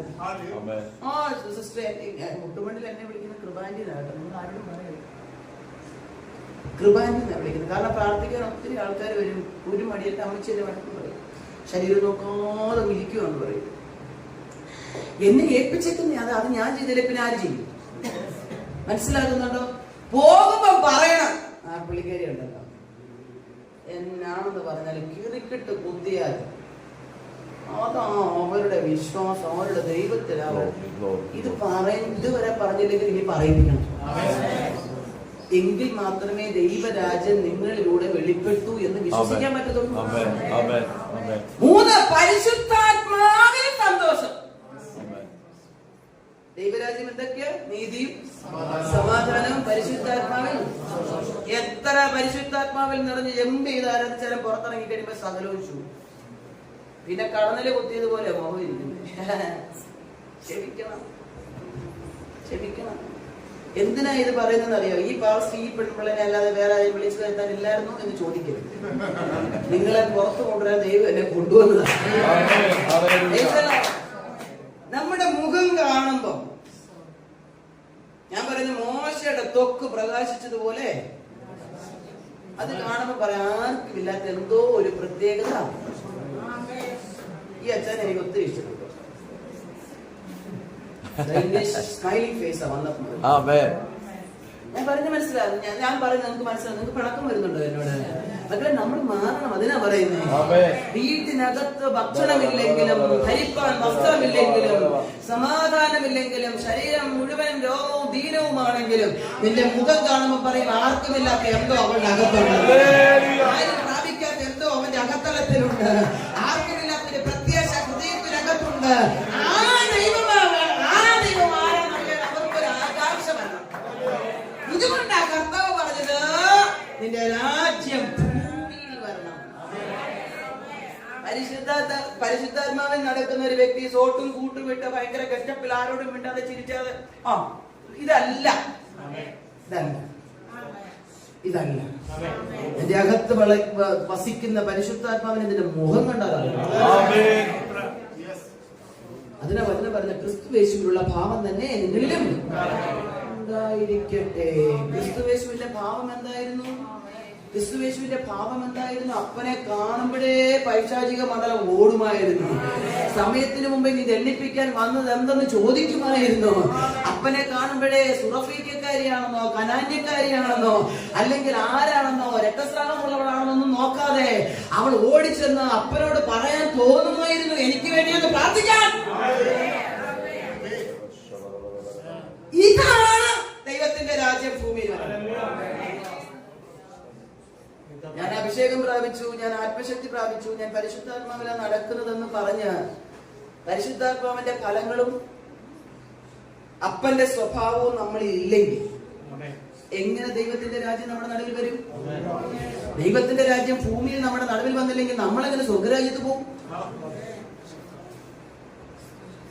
മക്കളെ, സിംപ്ലിഫൈ ചെയ്ത കർത്താവ് പറഞ്ഞിരിക്കുന്ന 3 സെന്റൻസ്. എന്താ ദൈവരാജ്യം? നീതിയും സമാധാനവും പരിശുദ്ധാത്മാവിന്റെ സന്തോഷവും. ഇത് 3 നിന്നിലൂടെ ഈ ഭൂമിയിൽ വെളിപ്പെട്ട് കഴിയുമ്പോൾ ഓട്ടോമാറ്റിക്കലി നീ സ്വർഗരാജ്യത്തിന്റെ മെമ്പർഷിപ്പ് എഴുതി കൈ തരും. ഇവിടുത്തെ ചർച്ചിൽ മെമ്പർഷിപ്പ് ഉള്ളതിലല്ല കാര്യം. ജീവന്റെ പുസ്തകത്തിൽ പേരെഴുതി കാണാത്ത ഏവനെയും തീപ്പൊയ്യിൽ തള്ളിയിടും.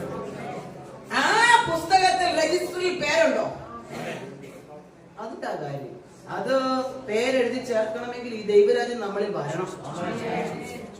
3ാമത്തെ നോക്കിയേ, സ്വർഗത്തിലെ അങ്ങയുടെ ഇഷ്ടം. ഇങ്ങനല്ലേ പറയുന്നത്? നിന്റെ രാജ്യം വരണമേ, നിന്റെ ഇഷ്ടം സ്വർഗത്തിലെ പോലെ ഭൂമിയിലുമാകണം. ഒരു ദിവസമെങ്കിലും പ്രാർത്ഥിച്ചിട്ടുണ്ട്, പപ്പായെ എന്നെ കുറിച്ചുള്ള അങ്ങയുടെ ഇഷ്ടം എന്താ? അത് ഭൂമിയിൽ നിവർത്തിക്കാൻ എന്നെ സഹായിക്കണമെന്ന് ഒരു ദിവസം പ്രാർത്ഥിച്ചിട്ടുണ്ട്. നമ്മുടെ പ്രാർത്ഥനകൾ അതാ പ്രശ്നം. ഞാനതാ പറഞ്ഞു, പ്രാർത്ഥിക്കുന്ന രീതികൾക്ക് ദൈവവചനപ്രകാരം നമ്മൾ ചേഞ്ചസ് വരുത്തി കഴിഞ്ഞാൽ മണിക്കൂറുകളൊന്നും ഇരുന്ന് പ്രാർത്ഥിക്കേണ്ട വരത്തില്ല. ഓട്ടോമാറ്റിക്കായിട്ട് സ്വന്തം കാര്യങ്ങൾ ചെയ്യും. നമ്മൾ പ്രാർത്ഥിക്കുന്നതെല്ലാം അടുത്ത് ഞാൻ പറയാൻ പോവാം. സ്വർഗത്തിലെ എന്റെ അപ്പയുടെ ഇഷ്ടം. ആൻസി പോലോസേ, നിന്റെ ഭർത്താവിനെ അവിടെ വെച്ച് അവർ കൊന്നു കളയും. തലയില്ലാത്ത താടി മുതൽ താഴോട്ടുള്ള ശരീരം നിനക്ക് കിട്ടത്തുള്ളൂ. നിന്റെ മക്കൾ 2 പേരും കഴിക്കാൻ ഭക്ഷണമില്ലാതെ, നീയും ഭക്ഷണമില്ലാതെ, ധരിപ്പാൻ വസ്ത്രമില്ലാതെ വളരെ ഭാരത്തിലൂടെ കടന്നു പോകും. നട്ടലിന്റെ അസ്ഥിക്ക് അകൽച്ച വന്ന് നിന്റെ 1 സൈഡ് പാരലൈസ് ആകും. പക്ഷെ ഞാൻ നിനക്ക് സൗഖ്യം തരും. ഈ സൗഖ്യം തരും എന്നുള്ളത് പിന്നെ പറയുന്ന അറ്റാക്ക് വരും, നീ ഹോസ്പിറ്റലിൽ കിടക്കും.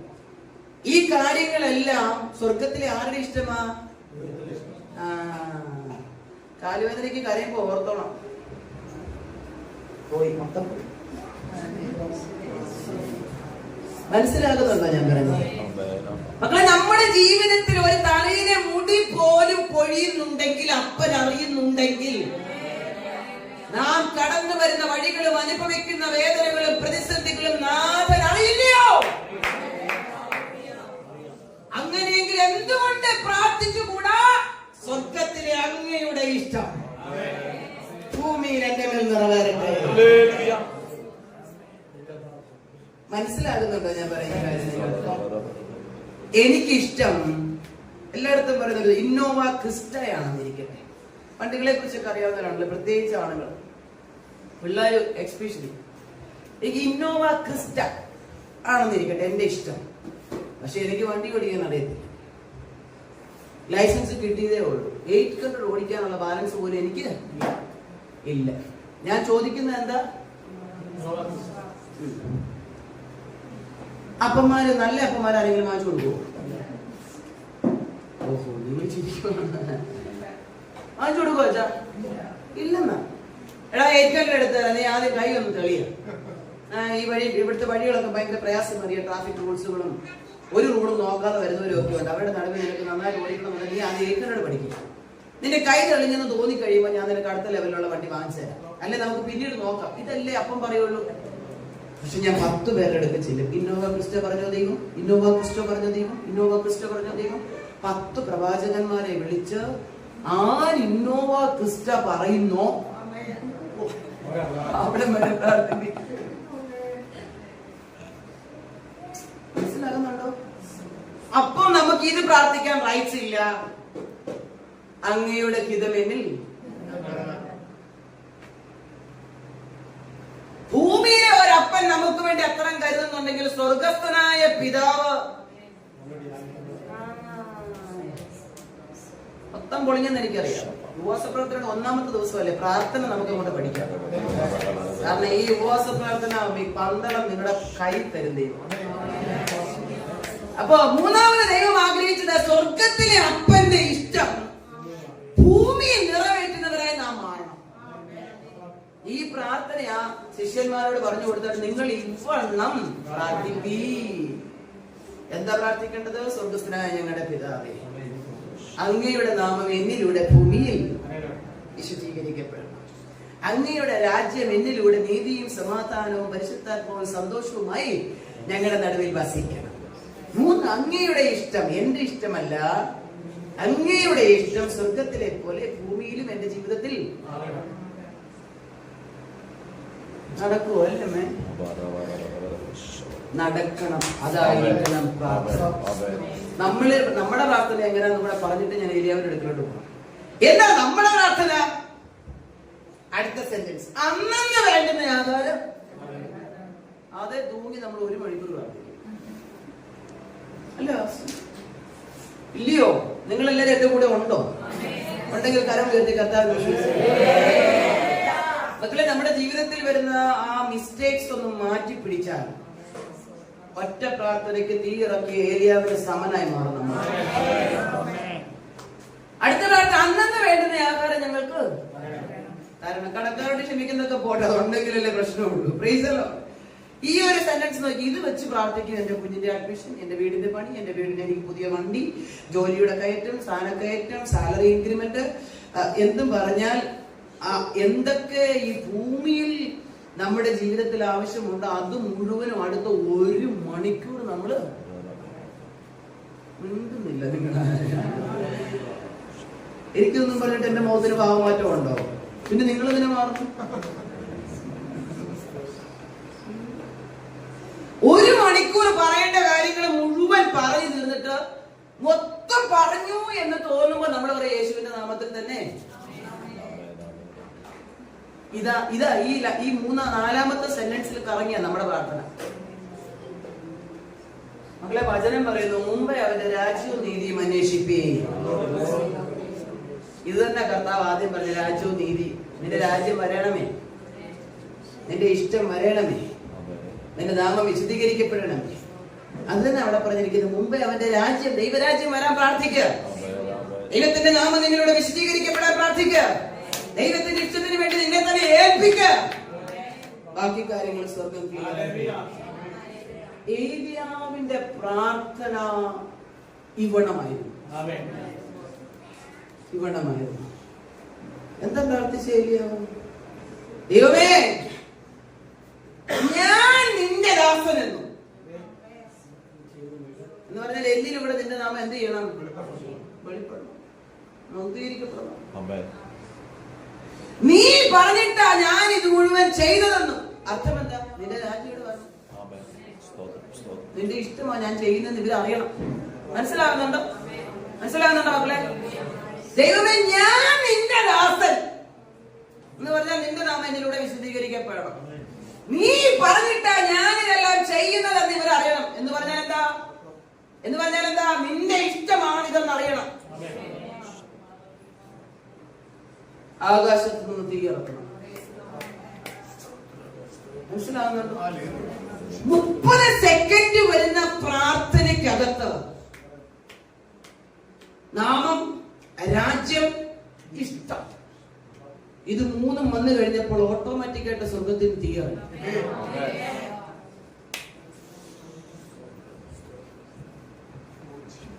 ആ പ്രാർത്ഥനാനുഭവത്തിലേക്ക് നാം വന്നു കഴിയുമ്പോൾ ഏലിയാവ് നമുക്ക്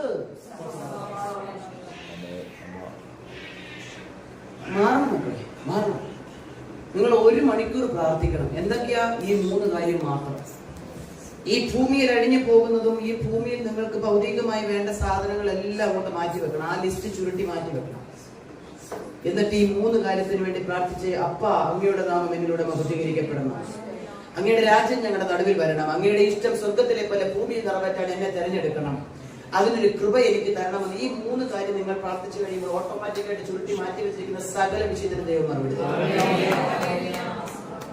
മിണ്ടുന്നില്ലല്ലോ. നിങ്ങളുടെ കല്ലേക്ക് അത്ര സുഖം തോന്നിയില്ലല്ലോ, അത്രയ്ക്ക് സന്തോഷം തോന്നിയില്ലല്ലോ. കരഞ്ഞോണ്ട് അപ്പനോട് പറയാൻ പറ്റുമോ? അപ്പ കഴിഞ്ഞ കാലങ്ങളിൽ പ്രാർത്ഥിച്ച പ്രാർത്ഥന വേസ്റ്റ് ആയിരുന്നു ഇപ്പഴാ മനസ്സിലായി.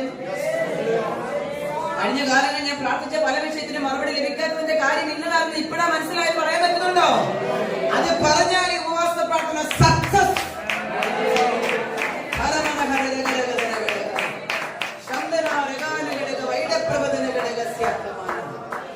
എന്റെ പ്രിയപ്പെട്ട 2018 ജൂലൈ മാസം 2-ാം തീയതി, അതായത് മിനിഞ്ഞാന്ന് ആയപ്പോൾ 7 വർഷമായി.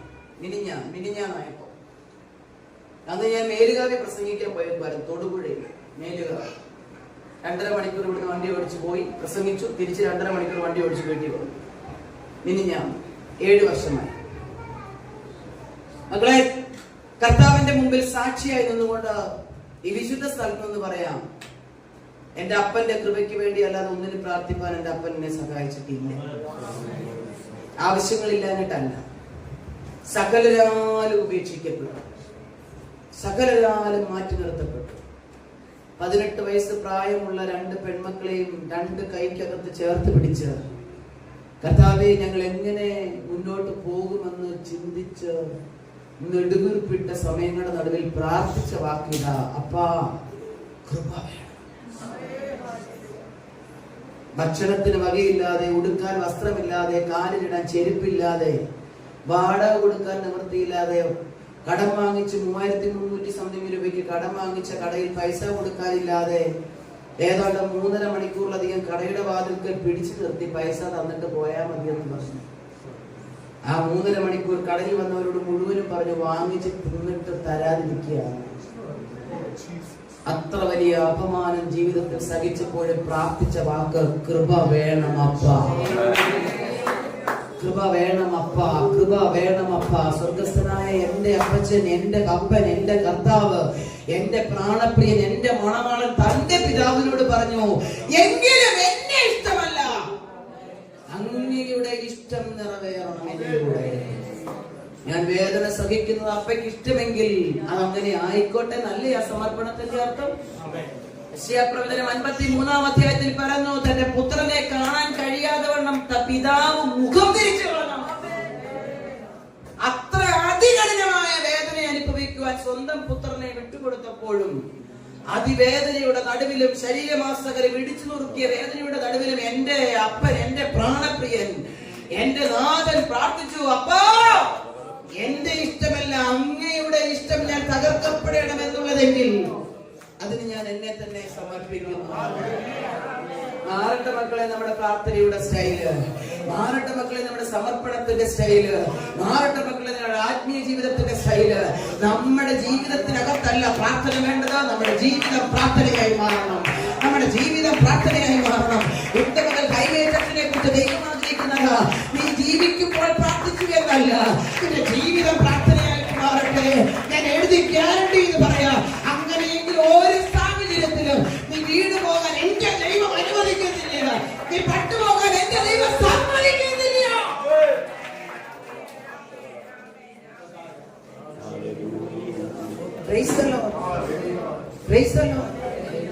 ഒറ്റ പെരൽ ഞൊടിച്ചാൽ മതി അടുത്ത് ഓടി വരാമെന്ന് പറഞ്ഞവരെ ഇന്ന് വരെ കണ്ടിട്ടില്ല, ഇന്ന് വരെ കണ്ടിട്ടില്ല. ആക്ഷേപങ്ങൾ പലതായിരുന്നു. ഛത്തീസ്ഗഡിൽ കർത്താവിന്റെ വേലയോടുള്ള ബന്ധത്തിൽ എന്റെ പ്രിയപ്പെട്ടവൻ കടന്നുപോയി. താൻ ഇല്ലാതായപ്പോൾ സകലരും പറഞ്ഞ ആ യേശു പറഞ്ഞെന്നും പറഞ്ഞ് പോയി. എന്നിട്ട് എന്തിയേ? യേശു പറഞ്ഞെന്നും പറഞ്ഞ് നമ്മള് പിള്ളേരെ മെഡിസിന് വിട്ടു. എന്നിട്ട് എന്തിയേ? യേശു പറഞ്ഞെന്നും പറഞ്ഞ് കൊച്ചി ലെക്ചർ ഹോസ്പിറ്റലിൽ നെഫ്രോളജി ഡിപ്പാർട്ട്മെന്റിൽ സീനിയർ സ്റ്റാഫ് നഴ്സായിട്ട് ജോലി ചെയ്തുകൊണ്ടെന്ന് ഞാൻ. യേശു പറഞ്ഞെന്നും പറഞ്ഞ് ജോലി ഉപേക്ഷിച്ച് പെട്ടെന്ന് എടുത്ത് തോളിൽ വെച്ചു. എന്നിട്ട് എന്തിയേ? പക്ഷെ എന്നെ തകർക്കാൻ എന്റെ അപ്പൻ ഇഷ്ടമെങ്കിൽ പിന്നെ ആരോട് ഞാൻ മറുപടി പറയും? എന്നെ പണിയാനായിരുന്നു എന്റെ അപ്പൻ ഇഷ്ടം. ഛത്തീസ്ഗഡിൽ പോയി 2018 ജൂലൈ മാസം 2-ാം തീയതി തലയിൽ കൂടെ വണ്ടി കയറി, എന്താ പറയുക, ഒരച്ചെടുക്കാൻ പോലും ഇല്ലാത്ത വിധത്തിൽ ഹൈവേയിൽ തീർന്നു പോയി അദ്ദേഹം. താടിക്ക് താഴോട്ട് മാത്രം ആ ശരീരം കിട്ടിയത്. മക്കളെ രണ്ടുപേരെയും ദൈവത്തിന്റെ വാഗ്ദത്ത പ്രകാരം മെഡിസിന് വിട്ടു. ഫസ്റ്റ് ഇയർ ജസ്റ്റ് എക്സാം കഴിഞ്ഞാൽ അന്ന് അവരുടെ പപ്പ മരിക്കും. ഇനി പിള്ളേരെ ആര് പഠിപ്പിക്കും? ബാധ്യതയായിരുന്നു അച്ഛാ. ബാധ്യത എന്ന് പറഞ്ഞാ ഇറക്കി വിട്ടതും ബാധ്യത എന്ന് പറഞ്ഞാ മാറ്റി നിർത്തിയതും. കർത്താവ് പറഞ്ഞിട്ട് നീ ജോലി വിട്ടിറങ്ങി, ഇനി എങ്ങനെ ജീവിക്കും? ചലഞ്ച് ചെയ്തു. പിള്ളേരെ പഠിപ്പിക്കുന്നതും ജീവിക്കുന്നതും കാണണമെന്ന്. ഈ ചലഞ്ചിങ് ശബ്ദം ചെവിയിലിരിക്കുമ്പോൾ മുഴങ്കാൽ മടക്കി. അപ്പന്റെ ബോഡി ആംബുലൻസിൽ നിന്ന് തലയില്ലാത്ത ബോഡി ഇറക്കുന്നത്, പെട്ടി ഇറക്കുന്നത് കണ്ടപ്പോൾ ബോധരഹിതരായ താഴെ വീണ 2 പെൺമക്കൾ. ആരോ എടുത്തവരെ ഹോസ്പിറ്റലിൽ കൊണ്ടുപോയി. ഡോക്ടർമാര് പറഞ്ഞു ഈ കുഞ്ഞുങ്ങളുടെ മെന്റൽ ഡിപ്രഷനിലേക്ക് ഇവര് പോകും, അതുകൊണ്ട് സെഡേഷൻ കൊടുക്കാമെന്ന് പറഞ്ഞു. കൊടുത്ത സെഡേഷൻ, അതിന്റെ എഫക്ട് നിമിത്തം അടക്കം പോലും എന്റെ മക്കൾ കണ്ടിട്ടില്ല.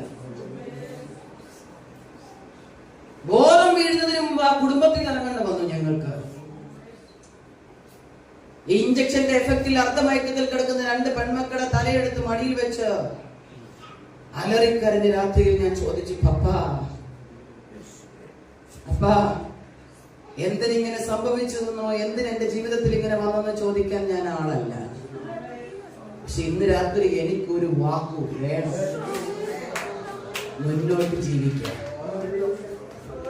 നിങ്ങൾ ഇവിടെ നിൽക്കും തോറും എനിക്ക് ബാധ്യതയാണെന്ന് പറഞ്ഞ പ്രിയപ്പെട്ടവരുടെ മുഖത്ത് നോക്കി എനിക്ക് അവകാശപ്പെട്ടതായി ഇവിടെ നിൽക്കുന്നുണ്ടെന്ന് പറയാനുള്ള സ്ട്രെങ്ത് ഒന്നും എനിക്കുണ്ടായിരുന്നില്ല മാസ്റ്ററെ. എനിക്ക് മറുപടി വേണ്ടത് ഉയരത്തിൽ നിന്നായിരുന്നു. അന്ന് രാത്രി മുഴങ്കാൽ മടക്കി മക്കളെ 2 പേരെയും മടിയിൽ വെച്ച് അലറിക്കരഞ്ഞുകൊണ്ട് ഞാൻ പറഞ്ഞു, ഈ തിരുവചനത്തിൽ എഴുതിയിരിക്കുന്നത് മുഴുവനും പ്രവചനങ്ങളാണ്. അഭിഷിക്തന്മാർ ആത്മാവിൽ സംസാരിക്കുന്ന പ്രവചന വാക്കുകളാ, മനസ്സിനെ തണുപ്പിക്കും. പക്ഷെ ഈ രാത്രിയിൽ എനിക്ക് അത് രണ്ടുമല്ല വേണ്ടത്. എനിക്ക് വേണ്ടത് അങ്ങയുടെ ഇമ്പസ്വരം എന്റെ കർണകുടങ്ങളിൽ തരാൻ പറ്റുമോ, മുന്നോട്ടുള്ള ജീവിതത്തിന് പ്രേരകമാകുമെന്ന് പറഞ്ഞ കാലിൽ അങ്ങോട്ടുള്ള ഒറ്റ പിടുത്തം പിടിച്ച് എത്ര മണിക്കൂർ നിലവിട്ട് കരഞ്ഞുവെന്ന് എനിക്കറിയില്ല. അർദ്ധരാത്രിയുടെ ഏതോ യാമത്തിൽ എന്റെ പ്രാണപ്രിയൻ എന്റെ തോളിൽ വന്നൊന്ന് തൊട്ടിട്ട് പറഞ്ഞു, ഞാൻ നിന്റെ പരിചയം അതിമഹത്തായ പ്രതിഫലമാണ്. ഇന്ന് രാത്രി ഞങ്ങളുടെ മകരത്തിൽ പിടിക്കുകയാണെന്ന് പറഞ്ഞാൽ എന്റെ പ്രാണപ്രിയൻ എന്നോട് പറഞ്ഞ വാക്ക ഇന്ന് ഈ സമയത്ത് ഇവിടെ നിർത്തിയില്ല.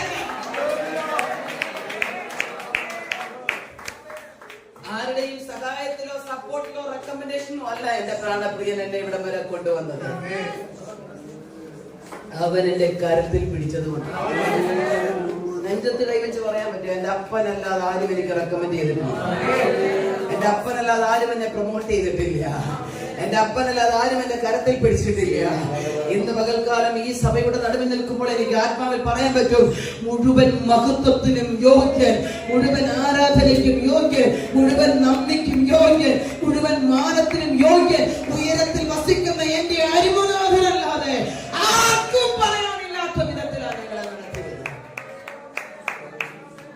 എന്തൊക്കെ കാര്യങ്ങൾ എടുത്തു പറഞ്ഞ ബാധ്യത എന്ന് പറഞ്ഞ അത് മുഴുവനും പപ്പ എഴുതി വെച്ചിട്ട് അടിയിൽ ഒരു സീലും ഒരു ഒപ്പും. മനസ്സിലായോ? എന്തൊക്കെ കാര്യങ്ങളാണ് എന്റെ പ്രിയപ്പെട്ടവർ ബാധ്യത എന്ന് പറഞ്ഞത്? മക്കളുടെ വിദ്യാഭ്യാസം, നിന്റെ ഉപജീവനം, വീടിന്റെ വാടക, ഇതെല്ലാം ഞങ്ങൾക്ക് ബാധ്യത എന്ന് എടുത്തു പറഞ്ഞ വാക്കുകൾ ഓരോന്നും എന്റെ അപ്പൻ ഒരു വൈറ്റ് പേപ്പറിലോട്ട് എഴുതി. സ്വർഗത്തിലെ ലെറ്റർപാടിലോട്ട് ഇത് മുഴുവൻ എഴുതി എഴുതിയിട്ട് ഒരു സീലും വെച്ചു. അതിന്റെ തൊട്ടപ്പുറത്ത് സൈനും വെച്ചു. ആ സീലും സൈനും നിമിത്തം മക്കൾ പഠിച്ചിറങ്ങി. ആ സീലും സൈനും നിമിത്തം ഞാൻ ഇവിടെ വരെ എത്തി. മരണം പുൽകാമായിരുന്ന നിരവധി സാഹചര്യങ്ങൾ ഫേസ് ടു ഫേസ് കണ്ടിട്ടോ മരണപ്പെട്ടു പോകാൻ അനുവദിക്കാതെ കരങ്ങളിൽ വഹിച്ച ഉള്ളങ്കരത്തിൽ താങ്ങി ഇന്ന് പകരം നടുവിൽ കൊണ്ടുവന്ന് നിർത്തിയിട്ടുണ്ടെങ്കിൽ ഈ ദൈവസഭയിലൊക്കെ ഞാൻ പറയാ, നീ മാറാൻ തയ്യാറായ, നിന്റെ പ്രാർത്ഥന മാറാൻ തയ്യാറായ, നീ അപ്പനുമായുള്ള ബന്ധത്തിൽ മാറാൻ തയ്യാറായോ?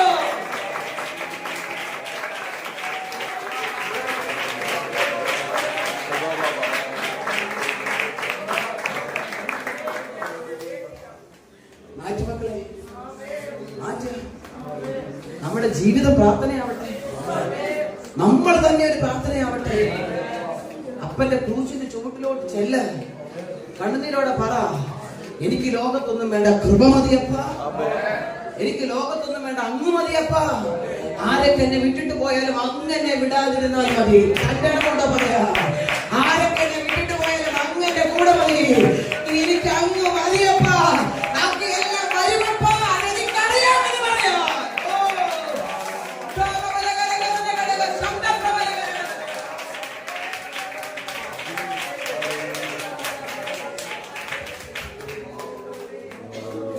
ഏലിയാവ് ജീവിതം പ്രാർത്ഥനയാക്കിയ മനുഷ്യൻ. ആഹാബ് രാജാവിന്റെ കൊട്ടാരത്തിൽ ചെന്ന കാര്യങ്ങളൊക്കെ പറഞ്ഞിട്ട് കിരീത്ത് തോട്ടിൽ വന്ന് തോട് പറ്റിപ്പോയി. പുള്ളിക്കൊരു കുലുക്കം ഉണ്ടായിരുന്നില്ല കേട്ടോ. അങ്ങനെ നമ്മുടെ ജീവിതമാണ് പ്രാർത്ഥനയെങ്കിൽ മറ്റൊന്നിലും നമുക്ക് ശ്രദ്ധ കാണത്തില്ല. മുഴുവൻ കോൺസെൻട്രേഷൻ അപ്പനിലായിരിക്കും. ഒരു വഴി അടഞ്ഞ 10 തുറക്കും ദൈവം. തോട് പറ്റിയെന്നോർത്ത് നീ ഭാരപ്പെടണ്ടെന്ന്. സാറാഫിലെ പ്രത്യേകത ഭയങ്കരമാണ്. തോട് പറ്റിപ്പോയി. യഹോവ ഏലിയാവിനോട് പറഞ്ഞു, നീ സാറാഫിലേക്ക് ചെല്ല്, നിന്നെ പോറ്റാൻ ഞാൻ വിധവയോട്. ശരിക്കും വിധവയാണോ പോറ്റിയെ?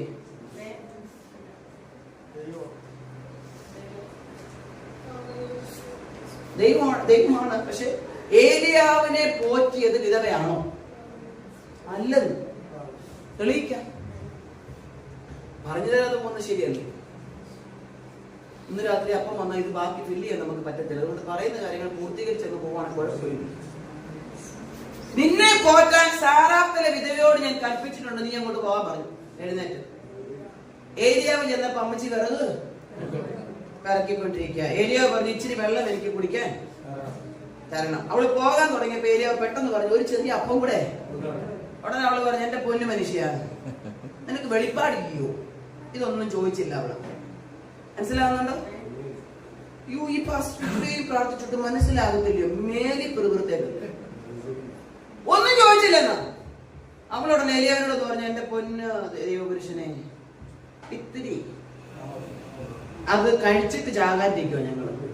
ഞാനും എന്റെ മകനും, അങ്ങനെ എടുത്തു പറഞ്ഞിട്ടുണ്ട്, ഞാനും എന്റെ മകനും ഇത് കഴിച്ചിട്ട് മരിക്കാനിരിക്കും. എന്നാ പിന്നെ കഴിക്കാതെ മരിച്ചുപോയി. അല്ലെന്ന്, ദൈവത്തിന്റെ പ്രവൃത്തി വെളിപ്പെടണമെങ്കിൽ ഇത് വരണം. ഫസ്റ്റ് ഒരു ദൂത് ഞാൻ പറയാം. ആത്മഹത്യക്ക് ഒരുങ്ങിയിരിക്കുന്ന ചിലർ, ആത്മഹത്യ ചെയ്ത് ഭൂമിയിൽ നിന്ന് മാറ്റപ്പെടാൻ ആഗ്രഹിച്ചിരിക്കുന്ന ചിലരെ സ്വർഗം ഈ ആലയത്തിനകത്ത് ഓടിക്കും. നിങ്ങൾ ആരും സ്വതന്ത്രം പറഞ്ഞില്ലെങ്കിലും എനിക്ക് സന്തോഷമാണ്. എനിക്ക് സന്തോഷമാണ്. എന്റെ അപ്പൻ അത് ചെയ്യുമെങ്കിൽ നിങ്ങൾ കൈ കൊടുക്കാൻ തയ്യാറായ, നിങ്ങൾ കൈ കൊടുക്കാൻ തയ്യാറായ, അങ്ങനെയുള്ളവർക്ക് നിത്യജീവന് വേണ്ടി വഴി കാണിക്കാൻ നിങ്ങൾ തയ്യാറായ, ദൈവം നിങ്ങളെ ഉപയോഗിക്കാൻ വിശ്വസ്തന. ഇന്ന് മകൻ എത്ര പേര് സമാധാനത്തോടെ ഏൽപ്പിച്ചു കൊടുക്കും. അപ്പോ അങ്ങനെയുള്ളവർ എന്റെ മുന്നിൽ വരട്ടെ. അപ്പൊ ഭയങ്കര വലിയ ശുശ്രൂഷ കേട്ടോ. ആത്മഹത്യ ചെയ്യാൻ പോവാ അപ്പം കഴിച്ചിട്ട് അമ്മയും മോനും കൂടെ. അന്നേരം പറഞ്ഞു, ഓക്കെ, നീ ആദ്യം ചെന്ന് എനിക്കുള്ളത് ഉണ്ടാക്കി കൊണ്ടുപോവാ. വീണ്ടും അവൻ പോകാൻ തിരിഞ്ഞപ്പോഴത്തേക്ക് പറഞ്ഞു, ക്ഷാമം തീരുന്നത് വരെ. അത് അനുസരണമായിരുന്നു പ്രാർത്ഥന.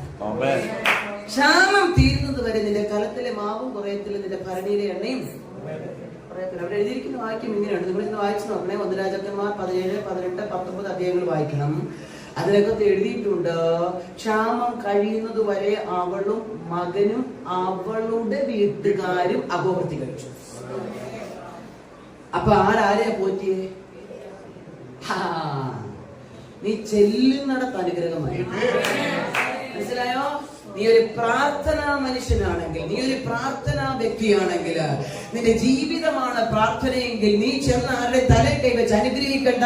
നീ ചെന്നാ മതി, അതൊരു അനുഗ്രഹമാണ്. നീ ചെന്നാ മതി, അതൊരു വിടുതലാ. നീ ചെന്നാ മതി, അതൊരു ബ്ലെസ്സിങ്സാ. നിന്നെ കാണുന്ന ഒരു അനുഗ്രഹമാ. ഓ ചില പ്രത്യേക കൃപാവരങ്ങൾ ചിലരുടെ മേൽ നിന്ന് പകരപ്പെടുന്നത് ആത്മാവിൽ ഞാൻ കാണുകയാണ്. ചിലരെ പിടിച്ചു കയറ്റാം, ചിലരെ ആത്മഹത്യയിൽ നിന്നും തിരികെ കയറ്റാം, ചിലർക്ക് അനുഗ്രഹമായി മാറാം. എന്നതുപോലെ ആത്മാവിന്റെ നടുവിൽ ചലിക്കുമ്പോൾ കല്യാണമുണ്ട് പ്രതികരിക്കാൻ, പരിശുദ്ധാത്മാവിനെ പ്രതികരിക്കാൻ കല്യാണമുണ്ടെങ്കിൽ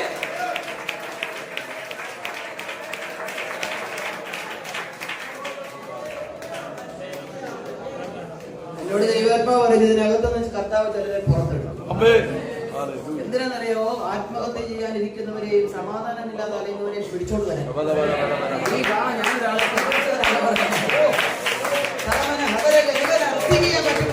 എത്ര പേർക്ക് സമർപ്പിച്ച് ഏറ്റെടുക്കാൻ പറ്റും? എത്ര പേർക്ക് ആത്മാവിന്റെ സാന്നിധ്യം ഏറ്റെടുക്കാൻ പറ്റും? എത്ര പേർക്ക് പകൽക്കാലം